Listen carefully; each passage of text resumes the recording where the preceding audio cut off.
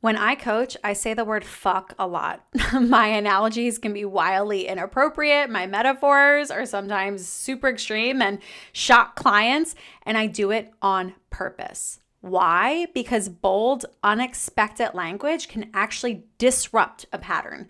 It can pause a client through shock and breaks them unexpectedly out of this overthinking, and it can challenge their assumptions and jolt them into seeing things from a different perspective and from a completely new angle by surprise. And in today's episode, I'm going to be exploring the psychology behind why provocative language works, the research that backs it, and how world-class coaches like Tony Robbins use it strategically. I've experienced it firsthand. Plus, I'm going to share 3 specific ways that you can integrate it into your coaching without damaging trust or professionalism. So today's going to be really fun. But first, let me share a study with you guys. It's a little old, it's from 2017, but it was published in the Social, Psychological, and Personality Science Journal. And what they found is that swearing can actually increase emotional intensity. And from a neuroscience perspective, provocative language will trigger the amygdala, which is the fear center of the brain. It's where the brain processes threat and it sends an alert to the body, which can actually heighten focus and prime the brain to pay attention. And in coaching, there's a lot of conversation, there's a lot of reframing, there's a lot of questions, there's a lot to absorb. And so that spontaneous heightened awareness can really help snap a client out of a mental loop and create space and awareness for new thinking. And this is why coaches like Tony Robbins often curse in their live seminars, and they use extreme metaphors in their events, not to shock clients for entertainment, but to disrupt patterns. It's intentional. It's not accidental. And I think a lot of coaches stray away from this for a few reasons. Because when you don't have the information I'm going to share with you today, it does feel a little unprofessional.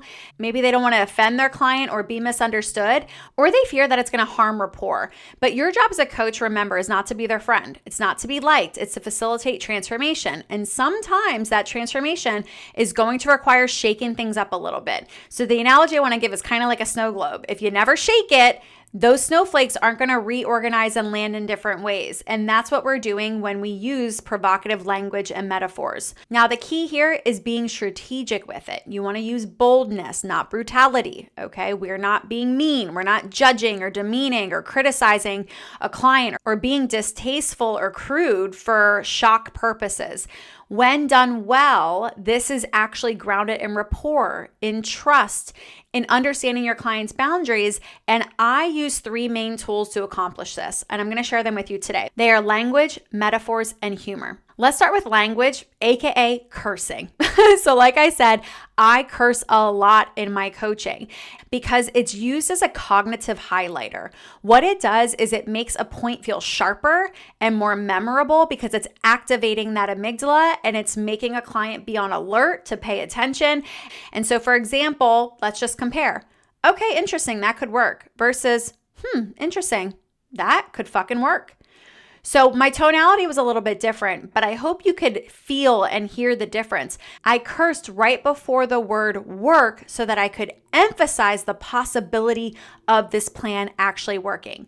Both comments said the exact same thing, but the second one demanded attention on it actually working, and it was completely unexpected. So here's my second tip, metaphors. I love a good metaphor, so much so that I actually have an entire module inside of the Art and Skill of Coaching, my coach certification program, to teach coaches how to create powerful metaphors because they are that important for change. And the reason they work so well is because the subconscious mind is symbolic. It understands things in images and symbols and pictures. And when you use a metaphor or tell a story, especially one that's a little outlandish, the client is caught off guard and you disrupt the thinking pattern on the cognitive level. You bypass the barriers that contemplate information, and you're actually able to enter straight into the subconscious mind and land the message faster when you're using a metaphor and not being literal. So let me give you an example. One time I had a client send 100 cold DMs. It was copy and paste. And they showed up to the coaching call complaining that they got no consultations from it. No one booked. And instead of giving a long lecture about why that doesn't work and coaching them on strategy, I literally said to them, that's like trying to have sex without lube or foreplay. It's probably not going to be enjoyable for either of you. And then I just laughed. And the client was shocked and they looked at me and they laughed eventually too. And was it crude? Absolutely. But it made the point stick. That connection and warming up matter. The point was made in one sentence and in a memorable way, and I didn't have to lecture anyone. They knew exactly what they needed to do moving forward to get the result they wanted. And then my third tip is using humor. The reason I love using humor in my coaching is because I am very serious. I am no bullshit. I want to get the client result and I coach hard. So when I actually do implement humor, it lowers their defensiveness and it creates way more connection. And I often use it right before I'm about to reframe something, which is a fancy word for just shifting how a client sees or perceives something. And again, the reason I do this is because it's a lot of fun and it takes out the judgment. So for example, let's say I have a client who has test anxiety. So I might say something like, okay, so you're telling me you're going to stay up all night and study because you're afraid you're going to fail, even though all throughout high school, college, and graduate school, you've never gotten lower than an A-.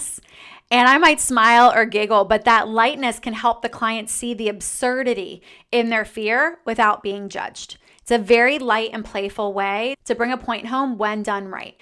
And you keep hearing me say this, but when used appropriately, provocative language can really break a client's unhelpful thinking patterns instantaneously. It can create aha moments. It can shift a client's emotional state, especially with a good laugh, and it builds authentic connection because clients can start to see the real you. Just remember, rapport first, provocative language second. Because when you're using that type of language, you don't want to do it just for shock value. It is about being tactful and tasteful to help disrupt the client, because when a client can think and feel and act differently in the moment, they're more likely to sustain change after the session. And that's the hallmark of high impact quality coaching. So I'm going to encourage you to try this out this week with a trusted client, obviously. Maybe you use a well-placed swear word or an outrageous metaphor or one perfectly timed joke that brings the point home, and notice the shift in the coaching session. And if this episode was helpful or fun for you, please leave us a review, hit that 5 stars, share it with another coach, and make sure to subscribe so that you never miss another episode to help you master the art and skill of coaching.